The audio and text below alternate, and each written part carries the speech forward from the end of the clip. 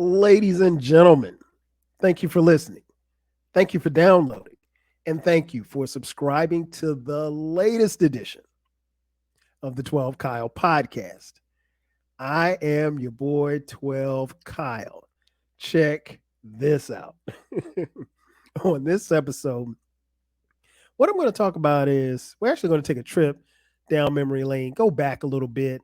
We're going to talk about down south, more specifically, what it was like for a young black boy to grow up down south.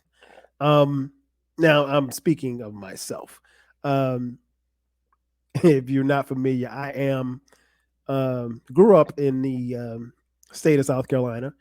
Um, at the time of this recording, I'm 50, so I'm older than a lot of you who are listening. But that's beside the point.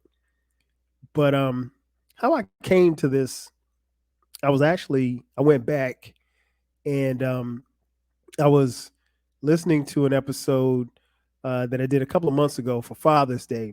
It was me, Baylor the Great, shout out to BTG, and Uncle Dolomite from the Too Much Game podcast. And we were talking about fatherhood, and I made mention of, um, you know, just how I was growing up down south. And they both kind of said at the same time, like, yo, you were lucky. Like, you grew up in an environment that was conducive to you being a kid. And if you're not familiar with Dolomite and Baylor, both of them grew up. Well, Baylor grew up in LA, Dolomite in Compton. And so, vastly different from Florence, South Carolina, where I grew up. And so it got me to thinking about, just kind of going into a little bit more detail in the trip down memory lane as to, what I experienced as a young black boy growing up in the South. Now, I'll be first to admit, like, I wasn't born in South Carolina. I was born in New Jersey. And we moved to South Carolina when I was 3. But that's where I grew up. And Florence is my hometown. Um, and I stayed there until I went to college at South Carolina State University. And then once I graduated from there, I never never moved back home. Um, of course, moved to Atlanta, and I've been in Atlanta since then. Um, but let's talk about like kind of like where it started. Um, my early years, um, the early years were really, really memorable. A lot of fun. As a young black boy, I think one of the first things I can tell you about growing up in Florence was um, I didn't grow up around a lot of white people. Um, in fact, I don't think. Well, I did have some white neighbors in one neighborhood, but for the most part, I didn't grow up around. I mean, like I would see white people at school, and I had friends that were white. Not a lot, but a couple. um, but yeah, it was it was just I stayed in a black area, and when we moved to another black area, and we moved again, we moved to another black area, and I'll explain in just a second. But no, I didn't grow up around white people, so um my experiences were always with my people. So it was cool. But that's, I guess, looking back on it, it's probably more of a anomaly um than it is anything else, because I think if I had grown up in, I don't know, Mississippi, I probably would have had a different experience. Actually, if I'd grown up in a different part of South Carolina, I probably would have had a different experience. Um, but no, I just where I grew up, uh, and then and don't get it twisted. There were white people in Florence. I just didn't grow up around them, and there were none in my neighborhood. Um, well, the first neighborhood we lived in, um, it's funny because it's actually called the Projects. Now, it ain't, and I mentioned this before in another podcast, and it's worth repeating. When I say projects, it ain't Cabrini Green, it ain't, the Nickerson Gardens, it ain't Jordan Downs, it ain't Queensbridge. It's just these 2-level apartments and the buildings kind of go side by side or what have you. But it's not, it's not it's not projects as you might think. But it was this place called Mount Zion Apartments, and the apartments are still there. And I had so much fun. I lived there probably from 3 until I was in the 4th grade. I don't know how old you are in the 4th grade. So anyway, yeah, that's where we lived, and it was a lot of fun because one, um, in the building where we lived, you knew the people, and then like the next building over, my aunt lived there, my grandmother, um, before she passed away in '79, my uncle, um, so we had family there, my cousin, and so like you didn't have to go far to be around family. And I remember like if my mom and dad were going somewhere, they take me, and then my brother, my younger brother, they take us over to my grandma, and my grandmother literally lived like 20 feet away. So um if she wanted to, if we spent the night or if she babysat us or something like that. So that was cool. But Mount Zion was pretty much what they call low income housing.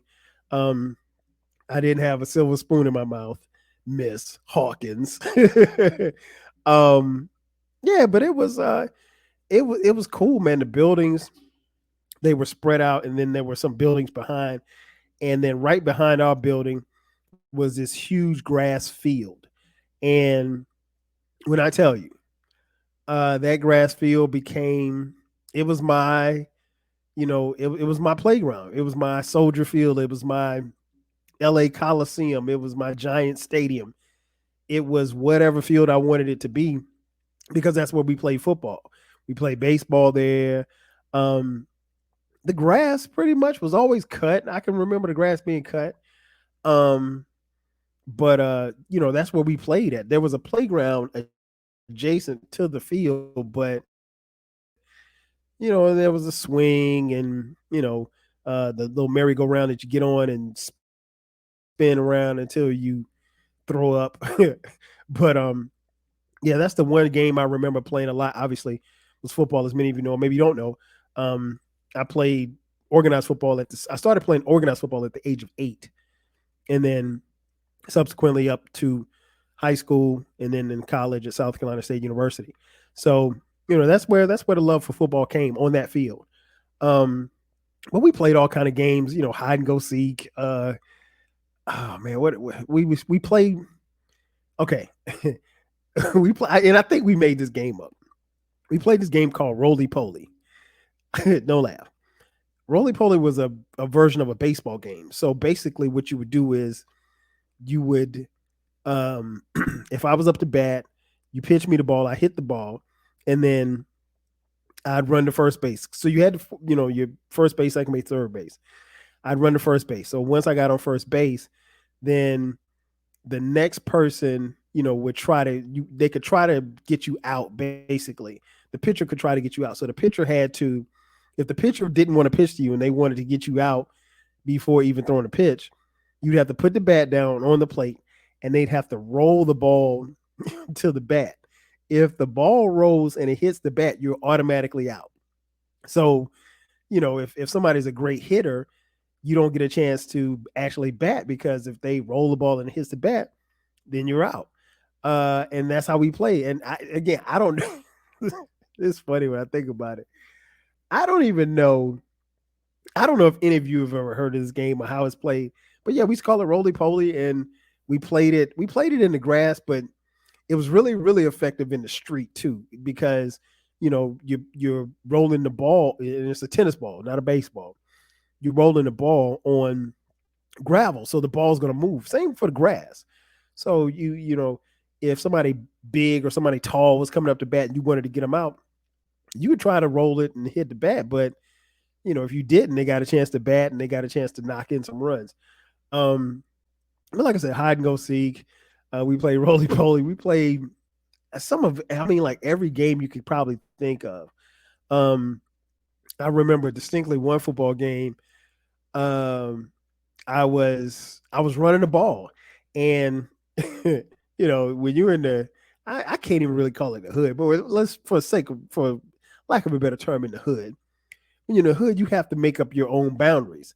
So out of bounds was the clothesline, because in projects you got your clothesline where people hang up the clothes after they wash the clothes, right?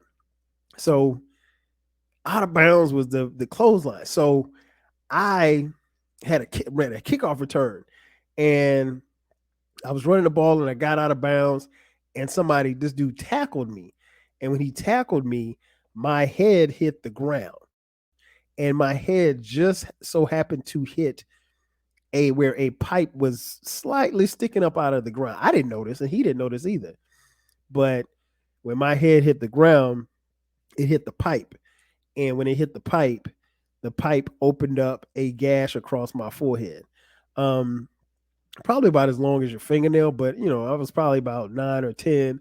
And so I was bleeding, and blood coming down and stuff on my face. And the kids are, ooh, he's bleeding, so I had to go to the hospital. And that was actually the second time I went to the hospital. The first time I went to the hospital, my cousin Tanya came in town. Shout out to Tanya. She came in town from Columbia. And me and Tanya and Tanya's sister Ijola, all of us were outside playing, and we had an aluminum bat, and we were just swinging the bat, and Ijola was swinging the bat. Ijola and I are the same age, and Tanya's 2 years older than us, I think. And so Tanya got the bat, and Tanya was swinging the bat, but she was swinging and she was turning around in a circle. And as she was turning around in a circle, I did not see her turning around. And the bat hit me, for those of you watching on YouTube, hit me right here within inches of my left eye. In fact, if you zoom in really close, you can actually see the scar still near my eye. I probably at the time didn't know the severity of that, but went to the hospital bleeding. They gave me a little stitch or whatever like that. But I mean, like, it's literally a half an inch from my eyeball. And it hurt. I remember crying. And Tanya was crying. She was like, I'm sorry, cousin. But yeah, that was one of 2 times that I got sent to the hospital playing sports. But I mean, we hung out with our friends. In the projects, I mean, particularly, I love the summertime, because in the summertime, you stayed outside all day. You literally stayed outside all day because you didn't want to come inside. Because if you came inside, they probably make you stay inside. So I'd either go to my friend's house or for lunch or something like that, or we'd walk to the store. There was a store. There was a store, like, I don't know. Let's just call it 2 blocks away. And the store is called, and I think it's still called this to this day. The store is called the Four-Way Stop. Don't laugh. It's called the Four-Way Stop because at the time that the store was created, it was at an intersection where there was no lights. So it was a 4-way stop. So traffic was going 4 different ways. And so that was the name of the store, the 4-Way Stop. And the store is just a hood convenience store. Surprisingly, the store is still there, and I think it's still called the 4-Way Stop. But yeah, the projects was cool, man. It was cool. Made a lot of friends. I had a ball. I mean, like, every day was an adventure. And again, these are people who, in theory, we didn't have a lot of money. This was low income housing. I think the rent was like $100. So, and I remember, like, I ain't gonna say his name, but this one dude, like, you didn't want to go to his house because in his house, his apartment, man, they had roaches so bad. I mean, like, and it in the projects, it don't take much for you to have roaches. But like, if you had roaches, you would have them bad. I remember at one point in time we had some roaches. We didn't have a lot of roaches. but I killed a couple of roaches. I killed a roach or two. But that I think, but I do remember that when we had those roaches, that was the last year that we lived in the projects. But it was never nothing like roaches in your food or nothing like that. It's just roach on the wall. You knock them off the wall. Or roach running across the floor. You step on them. That type of thing. But there's one kid, and see his house. Oh, I forgot to mention his house smelled too. His house smelled like trash. So, I mean, it was bad. So, I mean, it's just you ain't really want to go over there. So, but yeah, living in the projects was cool, man. It was fun. I remember, like I said, I think one of the things that I really enjoyed about living there was that one, we didn't have a lot, but it seemed like we had everything. But we would just we always were good at making our own fun. And I'll give you case in point. Like I remember a couple of times we get like this heavy rain in the summertime. It rained like at 4 o'clock, and then probably about 6 o'clock, it stopped raining and the sun's back out and it's hot again. And so, but you still had water coming down, in through the sewers or whatever like that. We we would race what we call racing sticks. So you get a popsicle stick, right? Break it in half. I get one. I get one of my boy Jonathan. And then so we put the popsicle sticks in the stream of water that's running alongside the drain, running towards the drain down the street because it was like on a little hill.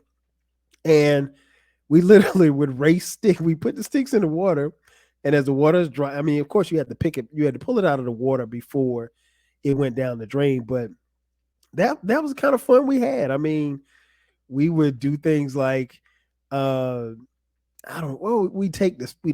There would be spider webs and stuff like that. We take ants. Sometimes, like you get those really big, thick black ants. We take those black ants and throw them up into the spider web and let the spiders eat them and just watch. We used to do all kind of crazy shit in the summertime because it was extremely hot. We take a magnifying glass and, like, let's say if you got a caterpillar on the ground, you take the magnifying glass, and as the sun is beaming down, it's creating heat through the magnifying glass, and you kind of set the in essence kill the caterpillar by overheating him. Don't laugh. We did stuff, but just dumb shit. We had a lot of fun. So that was the first place that we lived. And I was in the 4th grade, and then my parents bought a house. And the house was in a section of Florence called Ponderosa. Ironically, Ponderosa was only, I probably say, a 3-minute drive from the projects. Like, it wasn't far. It still isn't far right now because Mount Zion Apartments are still there, and the house in Ponderosa is still there. And so we lived in that house from the time I was in the 4th grade until I was in the 7th grade. And so we went from the transition of being in an apartment to being in a house. And it was dope, man. It was dope. My brother and I, in the apartment, we shared a room.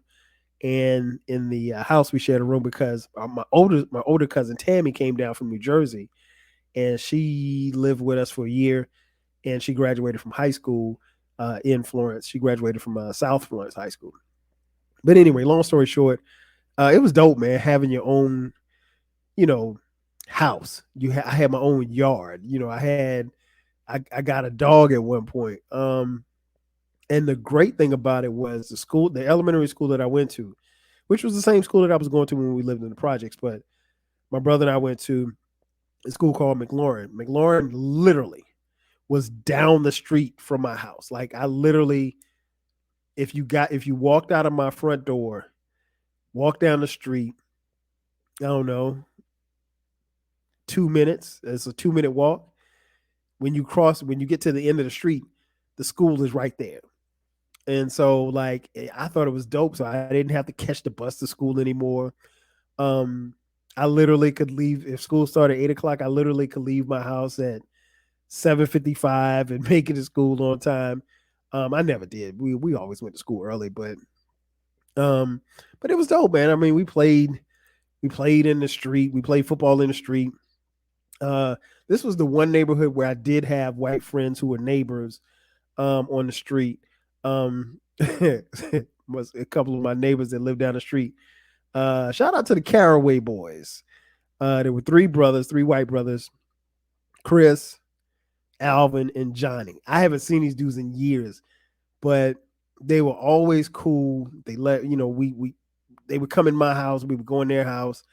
We always played together. Uh, excuse me, Johnny and I were the same age. Alvin and my brother's 3 years younger than me. I think Alvin and Damon were the same age. And then they had a younger brother named Chris who's like 2 years younger than.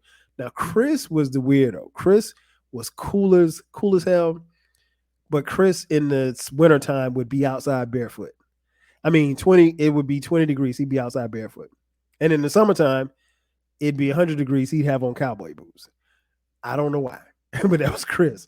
But yeah, in the neighborhood, we played baseball, we played football, we rode our bikes, we jumped ramps. Shout out to King Germ, who talked about jumping ramps on an episode of his podcast. And so we had a lot of fun, man. We were able to do a lot. We walked, we rode our bikes. There were stores there was a store that wasn't that far away, so we ride our bikes to the store. You could go to people's houses. What's interesting was even when we lived in Ponderosa, I mean, a lot of times we left our doors unlocked. Like I don't ever remember like going to school locking the door. And so, it was a fun time. And it was, like I said, it was cool. It was cool because I was there with my parents and our older cousin Tammy, and then me and my brother. And we had, the the American dream life, if you will, until it wasn't. And then my parents got divorced when I was in 7th grade. And so my dad moved out. And so then we had to move. And again, the school, I'd gone to elementary school at McLaurin, so that was dope. So I was going to middle school anyway. And so my mom, she did not sell the house. Dad moved out. And then so we moved on the other side of town, moved to the north side. And I moved into an area called Spalding Heights. Spalding Heights. How can I describe Spalding? Spalding Heights was for Florence, I'll say this, probably upper middle class black people. Not bougie black people, but upper middle class. Some wealthy. Some wealthy. We weren't wealthy. We weren't poor, but we weren't wealthy either. But yeah, I from 7th grade through high school, that's where I lived in my uncle's house, or my aunt's house, I should say. It was me, my aunts, 2 of my aunts, my mom, and my brother. And that experience there was crazy. I loved it every day. Our street was a very cool street. Everybody on our street, because our street was just like one street. Like there were other surrounding areas of Spalding Heights, but we had this one street. And we played basketball. We got this huge driveway, so we played 3-on-3 in the driveway.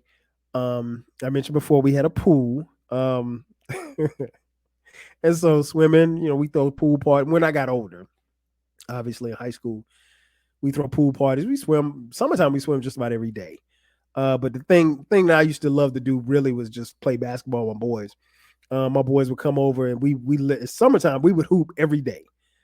And my house, really, I'm gonna be honest, my house was kind of like the hangout house. Like it would be the place where, kids could come over, play video games. We hang out and kick it in the den. We had a huge den. And my mom and them, they weren't sweating the kids. So it was a place where kids could just come and just kick it and not really, worry about being scrutinized by adults. So like, I'll give you an example. Like I remember one time we were playing ball and my Uncle Ronnie, rest in peace, was standing outside, but nobody saw him. And somebody missed the shot. Somebody got fouled or something like that. And they was like, man, I'm tired of this shit, man. You keep calling these motherfucking bullshit ass calls. And my Uncle Ronnie was standing like right there. And then they didn't see him. And they're like, we all kind of looked like, oh, snap, his uncle heard us. Heard him cussing. And man, my uncle stood there for a second. And then he just busted out laughing. And we just started laughing. So he was like, oh, man, that's so funny, man. Uncle Ronnie, man, we sorry for cussing. He was like, man, don't worry about that shit. He, like, he didn't care. But yeah, living in that house was dope. I was, it's funny because I was telling my son earlier or yesterday, I was telling my youngest son, Brandon, about how we were one of the few people I know that had 2 house phone lines in the house. And that was big because by the time I got to high school, it was me, my cousin Eric, and my brother in the house. So you got 3 teenage boys. And so, we were all competing for the phone. So, like, if I got on the phone at 8:00, I'm talking to a girl, I'm talking to my girlfriend or talking to a girl, and then Eric, he might get a phone call. The phone call might come in. I got to click over, then let him talk to whoever he needs to talk to. Then Damon, he'd be on the phone. So, but here's the thing, like the second line in the house was a private number, and we couldn't give that out. But by the time I became a senior, I started giving it out because I was like, look, I can't compete with my brother and my cousin for the phone and my aunt because it was her phone. But yeah, we had a ball. We had spent a lot of time in my room, had my own room, and I spent a lot of time in my room listening to hip hop. A lot of time in my room on the phone. I spent a lot of time in my room, and then what was dope was the bathroom was right next to my room. So like, other than, there'd be times where especially if I didn't feel like eating, I wouldn't come I wouldn't come downstairs. But I love that. And the interesting thing is that the house in Ponderosa that I grew up with before we moved, as I mentioned earlier, my mom never sold a house. So my mom actually lives in that house now. And then the house that I spent my high school years at, my aunt and my cousins still live in that house. So the house is still there. So in essence, I have 2 homes to go to when I go to Florence. But it was dope. I think, I couldn't have had a better childhood. I think my childhood was filled with love, filled with fun. We had, some level of privilege, I will say, but we went to, we went places and the thing about it is Florence is a small enough place where everybody knows I won't say everybody knows you, but you don't have to go far before somebody says, well, who are your people? And I mean, you get asked that a lot. And so I would tell someone who my aunt was, or who my mom was, or who my uncle was. And then, oh, okay, I know your uncle. I went to school with him, blah, blah, blah, blah, blah, so forth and so on.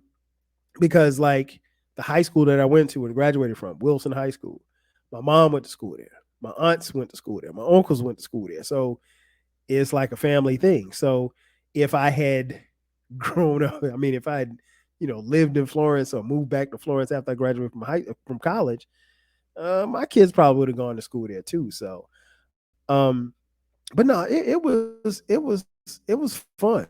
It was a lot of fun. I can't stress that enough. Did a lot, saw a lot, but ultimately we were able to be kids, and I think that's the thing that Baylor and Dolomite were kind of hinting at when they made the comment was that while you didn't grow up in a glamorous place like LA, you were able to be a kid. You didn't have to worry about gangs. You didn't have to worry about nobody shooting at you or anything like that. You had to worry about no cops messing with you. And for the most part, all those things happened. I went to a, predominantly black middle school, predominantly black elementary school, predominantly black high school, and then a historically black college. So again, I wasn't around, other than going to school and, when you're going out in public or whatever to the movies or the mall, of course you encounter white people. But for the most part, I didn't really grow up around them. So I think that was relatively speaking, abnormal for somebody growing up in the 80s and 90s. And then as I got older, I think I got my license when I was 14. No, I got my permit at 14, started driving at 15. We would hang out at the mall, Magnolia Mall, um, record stores. Shout out to Ray's, because I would go hang out at Ray's and buy records and tapes. Um, the bowling alley, we go to the bowling alley, and the cool part about it is not only that like I have my friends, on my street, but my closest friends were all within like um probably a 5-minute walk. So my boy Jay Fresh lived around the corner. Zell lived down the street from Jay Fresh. Jay lived on the corner. Rudy lived across the street from Jay Fresh. My boy Fred lived across the street from Zell. So like my friends, outside of the friends that I had on my street, my friends, were right there. My boy Tutu lived a house down from me. Joey and Ryan lived across the street. And these are still my friends to this day, right? And so, like, it's interesting because I tell people all the time, like, even having a basketball goal in your yard, in your driveway, I couldn't even go out shoot and just practice because if I started dribbling the ball, 2 minutes later, here comes Tutu. 3 minutes later, here comes Ryan and Joey from across the street. So then next thing you know, we got a 3-on-3 in a minute, because fellas are just coming through. And like Sunday afternoons in the summertime, those hoop sessions in my driveway were epic. Legendary, if you will. And I mean, if you ask anybody from outside of town, the north side, they'll tell you that. But yeah, it was a lot of fun. Very little supervision, for the most part. Yeah. And when I think about it, even when we lived in the projects, very little supervision. I mean, like, we were able to get outside and move around. And once we got on our bikes, like, relatively speaking, we could go a few miles away from the house.